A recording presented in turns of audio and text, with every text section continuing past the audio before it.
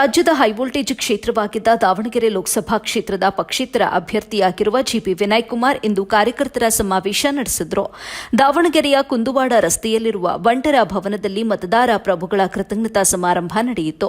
ಸಮಾರಂಭದಲ್ಲಿ 8 ವಿಧಾನಸಭಾ ಕ್ಷೇತ್ರದ ಕಾರ್ಯಕರ್ತರು, ಅಭಿಮಾನಿಗಳು ಭಾಗವಹಿಸಿ ಚುನಾವಣಾ ಬಗ್ಗೆ ತಮ್ಮ ತಮ್ಮ ಅನಿಸಿಕೆಗಳನ್ನು ಪ್ರಸ್ತಾಪ ಮಾಡಿದರು.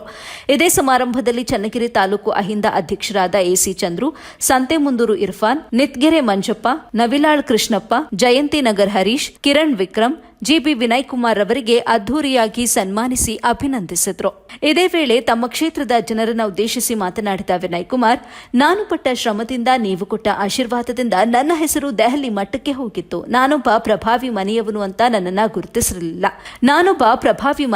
ಎಂದು ನನ್ನನ್ನು ಗುರುತಿಸಿರಲಿಲ್ಲ.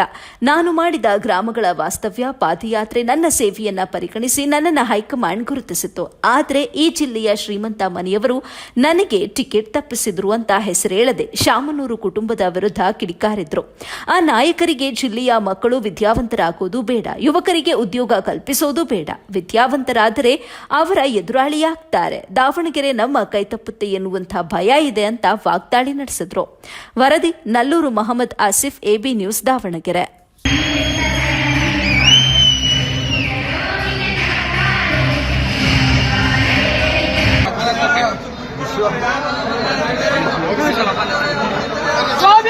ನಾನು ಪಟ್ಟ ಶ್ರಮದಿಂದ, ನೀವು ಕೊಟ್ಟ ಆಶೀರ್ವಾದದಿಂದ, ನಾನು ಪಟ್ಟ ಶ್ರಮದಿಂದ ಪ್ರಜಾಪ್ರಭುತ್ವದ ಸಾಮಾನ್ಯ ಜನರು ಮಾಡಿದ ಆಶೀರ್ವಾದದಿಂದ ನನ್ನ ಹೆಸರು ಡೆಲ್ಲಿಗೆ ಹೋಗ್ತದೆ. ಡೆಲ್ಲಿ ಯಾಕೆ ಹೆಸರು ಹೋಗ್ತದೆ? ನಾನು ಕಾಂಗ್ರೆಸ್ ಪಾರ್ಟಿ ಮೆಂಬರ್ ಆಗಿದ್ದರಿಂದ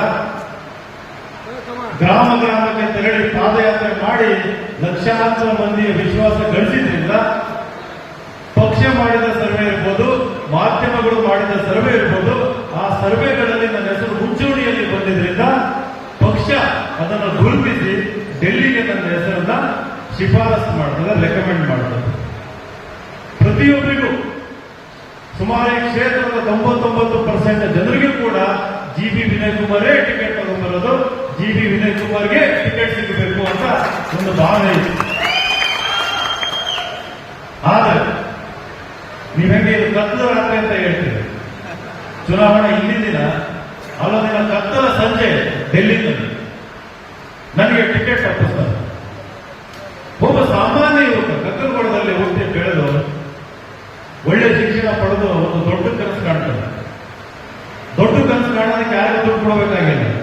ದೊಡ್ಡ ಕನಸು ಕಾಣೋದಕ್ಕೆ ಯಾರು ಅಪ್ಪಣೆ ಬೇಕಿರಲ್ಲ. ದೊಡ್ಡ ಕನಸು ಕಾಣೋದಕ್ಕೆ ನನಗೆ ಧೈರ್ಯ ಬಂದಿದ್ದು ನಮ್ಮಪ್ಪ ಕೊಡಿಸಿದ ಪುಸ್ತಕಗಳಿಲ್ಲ. ನಾನು ಧೈರ್ಯ ಬಂದಿದ್ದು ನಾನು ಪಡೆದ ಶಿಕ್ಷಣದಿಂದ, ಧೈರ್ಯ ಬಂದಿದ್ದು ನನಗೆ ಸಿಕ್ಕ ಸ್ವಾತಂತ್ರ್ಯದಿಂದ. ಆ ಧೈರ್ಯ ಉಪಯೋಗಿಸಿ ದಾವಣಗೆರೆ ಅಂತ ಒಂದು ಮಹಾಲೋಕಸಭಾ ಕ್ಷೇತ್ರಕ್ಕೆ ಬಂದು ನಮ್ಮ ರಾಜಮೌಳಿ ಅವರು ಹೇಳಿದರು, ಹಾವೇರಿ ಆಯ್ಕೆ ಮಾಡಿಕೊಂಡು ಸುಲಭವಾಗಿ ಗೆದ್ದು ಬಿಡ್ಬೋದು ಅಂತಂದು. ಅವರು ನನ್ನ ಒಳ್ಳೆಯದಕ್ಕೆ ಹೇಳಿದರು. ಒಳ್ಳೆ ವ್ಯಕ್ತಿ, ಸಮಾಜದಲ್ಲಿ ಇಂಥ ವ್ಯಕ್ತಿಗಳು ಸಿಗೋದು ಬಿಡೋಣ, ನೀನು MP ಆಗ್ತಿರ್ತೀಯ, ಒಂದು ಅಹಿಂದ ವರ್ಗಕ್ಕೆ ಮೊದಲನೇ ಬಾರಿ ಒಬ್ಬ ಯುವ ನಾಯಕ ಸಿಕ್ಕಂಗ ಆಗ್ತೇನೆ ಅಂತ ಒಂದು ಕಿವಿ ಮಾತು ಹೇಳಿದ್ರು. ಆದರೆ ನಾನು ಹಠ ಇರೋದು ದಾವಣಗೆರೆ ಕ್ಷೇತ್ರದಿಂದಲೇ MP ಆಗ್ಬೇಕಂತ ಒಂದು ಹೋರಾಟ ಶುರು ಮಾಡೋದು. ಹೆಸರು ಡೆಲ್ಲಿಗೆ ಹೋಗುತ್ತೆ. ಡೆಲ್ಲಿಗೆ ಹೋದ್ಮೇಲೆ ಹೆಸರು ತಪ್ಪಿಸ್ತಾರೆ. ಒಂದು 15 ದಿನ ಆದ್ಮೇಲೆ ಇದೇ ದಾವಣಗೆರೆ ಕ್ಷೇತ್ರದಲ್ಲಿ ಬಂದು ನಾನು ವಿನಯ್ ಕುಮಾರ್ಗೆ ಟಿಕೆಟ್ ತಪ್ಪಿಸದೆ ಅಂತಂದು ರಾಜಾರೋಷವಾಗಿ ಹೇಳ್ತಾರೆ. ನಾನು ವಿನಯ್ ಕುಮಾರ್ಗೆ ಟಿಕೆಟ್ ತಪ್ಪನ್ನು ಮಾಡಿದೆ, ಬೇಡ ಅಂತ ಹೇಳಿದೆ ಅಂತಂದು ರಾಜಾರೋಷವಾಗಿ ಇಡೀ ಕ್ಷೇತ್ರದ ಜನಗಳ ಮುಂದೆ ಹೇಳ್ತಾರೆ. ನೆಕ್ಸ್ಟ್ ಡೇ ಪತ್ರಿಕೆಯಲ್ಲಿ ಅದು ಹೆಡ್ಲೈನ್ ಕೂಡ ಬರುತ್ತೆ. ಅವಾಗ ಒಂದು ಪ್ರಶ್ನೆ, ಇದು ಪ್ರಜಾಪ್ರಭುತ್ವ, ಇದು ಒಬ್ಬ ಹುಡುಗ ಹೋರಾಟ ಮಾಡಿ ಬಡತನದಿಂದ ಬಂದು ಅಲ್ಲಿ ತನಕ ಹೆಸರು ಹೋಗ್ತಾರ ಒಂದು ಸ್ವಂತ ಶಕ್ತಿಯನ್ನು ಮಾಡ್ತಾರೆ. ಒಬ್ಬ ವ್ಯಕ್ತಿ ಇಲ್ಲಿ ದಾವಣಗೆರೆಯಲ್ಲಿ ದಟ್ಟವಾಗಿ ಬೆಳೆದದ್ದು ರಾಜಕಾರಣದಿಂದ ಅಲ್ಲ, ರಾಜಕಾರಣಿಯಾಗಿ ಅಲ್ಲ, ದಟ್ಟವಾಗಿ ಒಬ್ಬ ಶ್ರೀಮಂತನಾಗಿ ಬೆಳೆದ ವ್ಯಕ್ತಿ ಇವತ್ತು ರಾಜಕಾರಣನ ಹಾಗೂ ರಾಜಕೀಯ ಪಕ್ಷಗಳನ್ನು ಸ್ವಂತಕ್ಕೆ ಬಳಸ್ಕೊಂಡು, ಅವರು ಪಕ್ಷ ಬೆಳೆಸಿಲ್ಲ, ಇದುವರೆಗೂ ಪಕ್ಷನ ಬಳಸ್ಕೊಂಡಿದ್ದಾರೆ. ಪಕ್ಷನ ಬಳಸಿಕೊಂಡು, ಒಂದು ಮಾಧ್ಯಮವಾಗಿ ಪಕ್ಷನ ಬಳಸಿಕೊಂಡು ಇವತ್ತು ಆಗರ್ಭ ಶ್ರೀಮಂತರಾಗಿ, ಆ ಶ್ರೀಮಂತಿಕೆ ಒಂದೇ ಒಂದು ಕಾರಣ ನಾಡಿನಿಂದ ಒಬ್ಬ ಬಡ ವ್ಯಕ್ತಿನ ಟಿಕೆಟ್ ತಪ್ಪಿಸಿ, ಬಡ ಕುಟುಂಬದಿಂದ ಬಂದಂತ ಒಬ್ಬ ಹುಡುಗನಿಗೆ ಟಿಕೆಟ್ ತಪ್ಪಿಸಿ, ಅವರು ಯಾರಿಗೆ ಟಿಕೆಟ್ ತರ್ತಾರೆ? ಯಾರಿಗೆ ಟಿಕೆಟ್ ತಂದಿದ್ದು? ಅವರ ಮನೆಯವರಿಗೆ.